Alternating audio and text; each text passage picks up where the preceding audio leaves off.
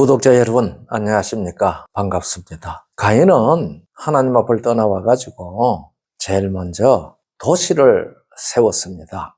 도시 이름을 자기의 맏아들 에녹이라는 이름으로 지었거든요. 그 에녹이라는 이름에는요, 헌신, 봉헌이라는 뜻도 있는데 또 다른 뜻이 하나 있는데 전수받았다, 그런 뜻이 있거든요. 가인이요, 아들 이름을 에녹이라고 지으면서 자기의 성질을 전수받은 아들이다, 그런 뜻으로 에녹이라는 이름을 짓지 않았나, 제가 그렇게 생각을 합니다. 아담의 7세손도 이름이 에녹이지 않습니까? 똑같은 이름이에요. 그런데 거기는 셋의 족보로 쭉 내려가 보면은 에녹은 하나님 앞에 자신을 드린 헌신한 자라는 뜻이 더 가깝죠. 그런데 왜 제일 먼저 이 도시를 건설했을까, 이 말입니다. 하나님께서 이 천연계를 농사 지을 수 있도록 했는데 땅이 너를 인하여 저주를 받아서 땅이 너한테 소산 내주지 않겠다고 하나님이 말씀하셨잖아요. 그러니까 가인은 자기 땅은 할 말이 있죠. 아니, 내가 땅에 농사 지어서 살 수 없으니까 도시 건설해서 장사하면서 살 수밖에요, 이런 생각을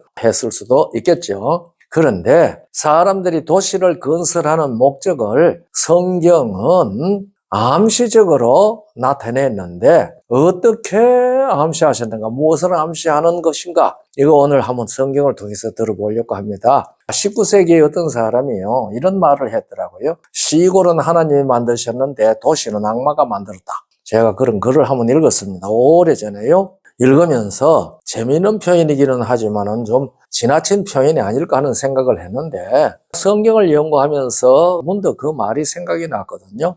성경은 하나님께서 죄에 빠져 사망이 된 사람들을 사망에서 생명으로 옮겨주시는 구원의 히스토리를 기록한 계시입니다. 구원의 역사를 기록을 했는데요, 에덴 동산에서 하나님을 대적하는 일에 가담하도록 유혹된 사람들이 수명이 있는 동안 자기 편에서 하나님을 대적하게 하려는 것이 사탄의 계획입니다. 사탄 편에 서서 하나님을 대적하게 하려는 것이 사탄의 계략이거든요. 그래서 성경은요, 처음부터 종말을 아시는 하나님께서 사탄의 이런 계략을 기록하셔서 구원받을 사람들이 깨닫기를 원하십니다. 이사야 46장을 보면은 내가 종말을 처음부터 고하고 아직 이루지 아니한 일을 예측부터 보이고 이르기를 나의 모략이 있을 것이니 내가 나의 모든 기뻐하는 것을 이루리라고 하셨습니다. 우리가 성경을 연구할 때 이런 생각을 가지고 연구하면 전에 몰랐던 것을 깨닫는 은혜를 누릴 수가 있습니다. 창세기 4장 16절 17절 가인이 여호와 앞을 떠나 나가 에덴 동편 노 땅에 거하였더니 아내와 동침하니 그가 잉태하여 에녹을 낳은지라. 에녹은 전수자라고 하지 않았습니까? 가인이 성을 쌓고 그 아들의 이름으로 성을 이름하여 에녹이라 하였더라. 그러니까 가인의 살인하는 악한 자에게 속한 그 유전을 전수받은 성이라고 하는 그런 의미를 사탄은 가인을 통하여 준 것이죠. 가인이 여호와 앞을 떠나서 아들을 낳고 먼저 한 일이 도시 건설하는 것이었는데요, 성을 쌓았다고 했는데 이 성이라는 말은 히브리 말로 이르인데 도시라는 말입니다. 가인이 도시를 건설한 사실을 기록을 했는데 이 도시는 사람들이 모여 사는 곳이지 않습니까? 사탄은 가인과 그의 자손들을 통해서 사람들을 집결하게 하고 협동하여 하나님을 대적하게 하는 계획을 한 것입니다. 그래서 이 도시에는 천연계를 보기 쉽지 않습니다. 창조주를 잊어버리게 하고 인간 찬양을 하기 꼭 좋은 곳이죠. 사탄은 죄인인 사람들이 이렇게 발전할 것을 짐작하고 그 일을 부추겼습니다. 그래서 가인은 가서 도시를 건설했습니다. 우리가 아는 대로 창세기 4장 23절 24절에는 가인의 5대 손, 가인부터는 6대 손 되는 라멕이 자기가 사람 죽였다, 그걸 갖다가 자랑스럽게 얘기를 하면서 가인을 죽인 자는 벌이 7배인데 나를 죽이는 자는 벌이 77배로다 해가지고 절대로 나를 죽일 사가 없다, 이런 뜻으로 얘기를 했거든요. 그 후손들의 삶이 이렇게 죽이는 것으로 이어진다는 암시를 남기면서 가인의 족보는 끝납니다. 그리고 창세기 6장에는 사람의 아들들로 불렸습니다. 이 가인의 아들들이.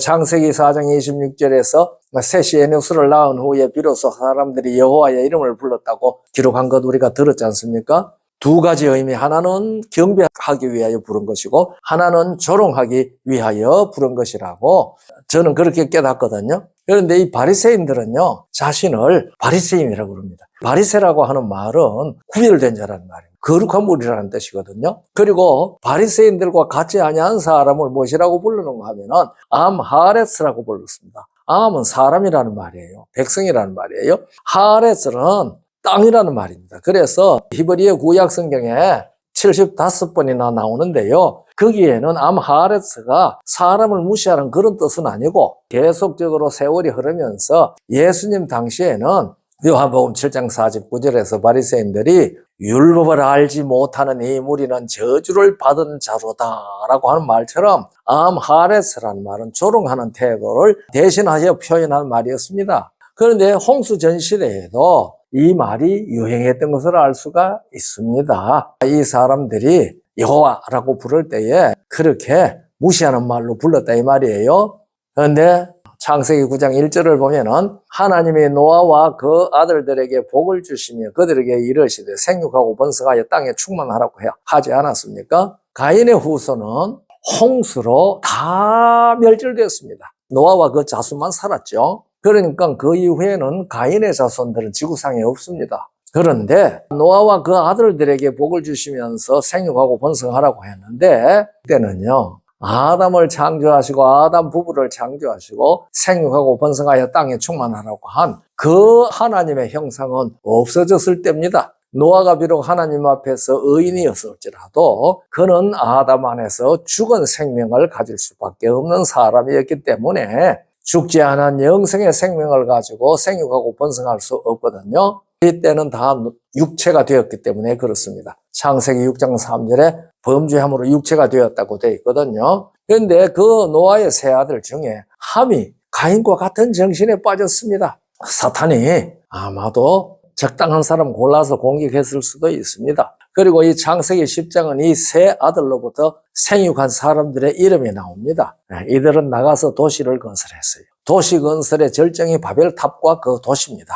그들은 뭉쳤고 니므롯이라고 하는 그런 걸출한 지도자를 중심으로 여호와를 대적하는 집단 투쟁을 벌였습니다. 여기 창세기 10장 8절로 10절에 구스가 또 니므롯을 낳았으니, 구스는 함의 아들이죠. 그는 세상에 처음 영걸이라 그가 여호와 앞에서 특이한 사냥꾼이 되었으므로 속담에 이르기를 아문은 여호와 앞에 니므롯 같은 특이한 사냥꾼이로다 하더라.